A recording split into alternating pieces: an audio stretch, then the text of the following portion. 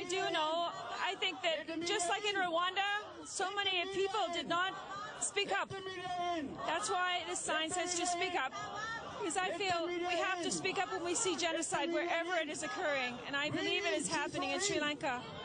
And that's why I think it's important for all Canadians to support the Tamils. Many of the Tamils that I'm meeting here today, they're not talking about Tamil terrorists. They're talking about the civilians who are being killed. And they want a ceasefire. And I agree with that. I think there should be someone who is independent, who can go in and speak to the Sri Lankan government so that they stop this terrorism that they are creating for Tamil people. Even if there has to be a separation of that country so that the Tamils have a place of their own, I don't know. I don't know the solution, but I definitely think that the world should take notice. Thank you. I made this sign. I made it very quickly, so it's not very fancy. It says, speak up, say no to genocide of Tamil civilians. I ask the Canadian government to stand for justice. Request a ceasefire.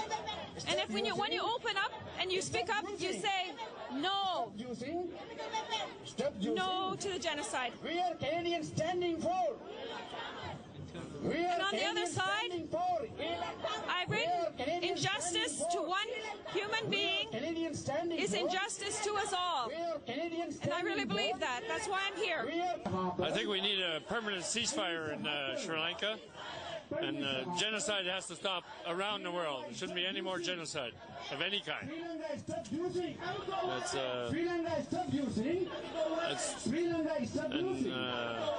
And Harper needs to do something about it and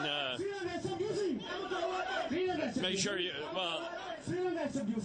he's declared you a terrorist group. He needs to change that because you're not a terrorist group. You know, it's false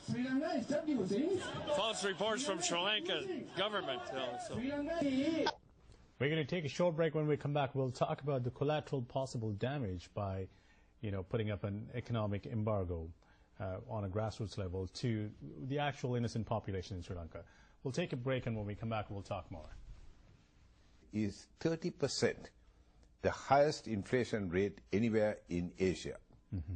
Now, the government is bankrupt, fighting a war that they cannot win. And I don't believe for one moment that we will lose the fight for Tamil Eelam. I may not be alive. I'm 77, but win we will. Mm-hmm. So, they are prepared to spend all this money. Now, they are running out of money, so what do? They go to the International Monetary Fund, who are now and go begging for it, despite the fact that Mr. Cabral, the governor of the central bank, said that their economy is in great shape just 3 months ago. And the guy doesn't know what he's talking about. Why he's the governor of the central bank, I wouldn't know.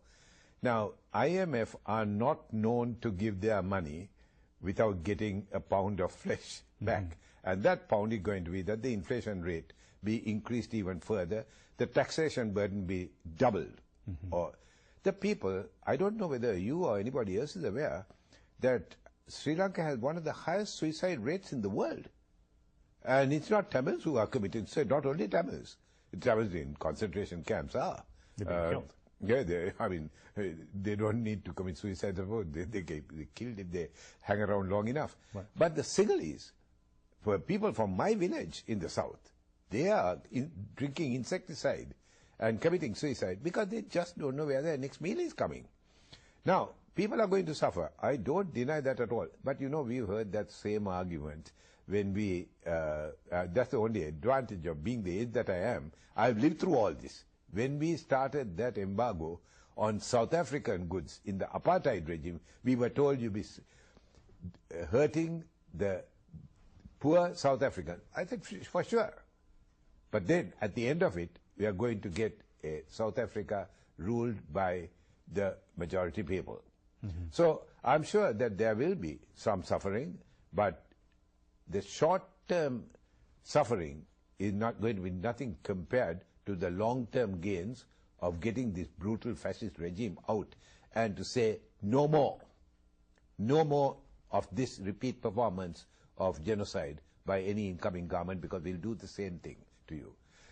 there's one other point that what you missed, or I missed rather, and that is the not only the banning, we'll have to approach the trade unions and tell them, as we did with apartheid South Africa, don't touch anything, either going to Colombo or coming. Either passengers going by air to Colombo, maybe via Singapore, or tea coming into these countries, will not unload it, will not do anything. I mean, when we suggested all this with apartheid South Africa, somebody said, look, they are rolling in money. They got biggest diamond mines in the world. They are rolling in gold, quite literally rolling in gold. You think they are going to come down and worry about some economic boycott? They did. And the economic boycott was so great that South Africa had to settle to dismantle apartheid. We'll have to lobby the cricketers not to go and play in play cricket. The cricket mad country, and say as a gesture, until the killing stops, we are not coming. We'll have to lobby the tourist trade and say, yes, beautiful beaches, but our blood-stained beaches stained with the blood of my Tamil people in the north and the east, and my Sinhalese people in the south. So I think that we will have to lobby all of these. But the trade union is particularly important. In fact, when I return, I'm addressing the Australian Socialist Alliance, which is a bunch of trade unions and others of that political makeup, and urging them to please look at my DVDs and see the suffering of my people, my children. The Sensualai bombing affected me deeply because they were my children who were being bombed. And the people, the 350,000 people which I have just recorded in a DVD I have released, which I will release to your station too, shows the enormity of the human suffering, and say, look, this is what your governments are doing by not taking action. We can't alter government action. What we can do is what we can do at grassroots level, down on the ground, by not buying Sri Lankan goods and using, say, Indian goods or alternatives. And you can help us in stopping genocide by refusing to service ships and tourists going in and out of Sri Lanka. If we can only get that done, and we can do the impossible, and that is to persuade the plantation Tamils to down their tools. You see, the plantation Tamils were very badly treated by the Sri Lankan Tamils at a time when I was a kid. And I couldn't believe that one ethnic group would treat members of the same ethnic group. I mean, Tamils are Tamils. The Jaffna Tamils looked down on the Batticaloa Tamils. Below the Batticaloa Tamils, way below that, came the coolies. They are the South Indian laborers brought in who put Sri Lanka on the map. Now the wheel has turned full circle, because if we can get the coolies on the tea estate to down their tools, that will be the end of Sri Lanka's economy, because 75% of the income today is from tea. Everything else has dried up. The people working in the Middle East are coming back in droves. There is unemployment, not only unemployment, but loss of revenue.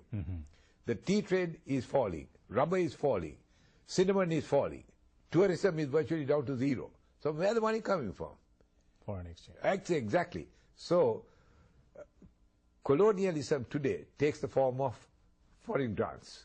And that's what if we can stop it, fine. If we can't, then we'll take the Sri Lankan government to a halt by, firstly, create economic boycotts, and, if possible, supporting the Sinhalese and others, particularly from the left parties, the NLSSP, who are the only people like Vikramabahu Karunaratne and Siritunga Jayasuriya, to sit down and say, I'm sorry, we are not moving.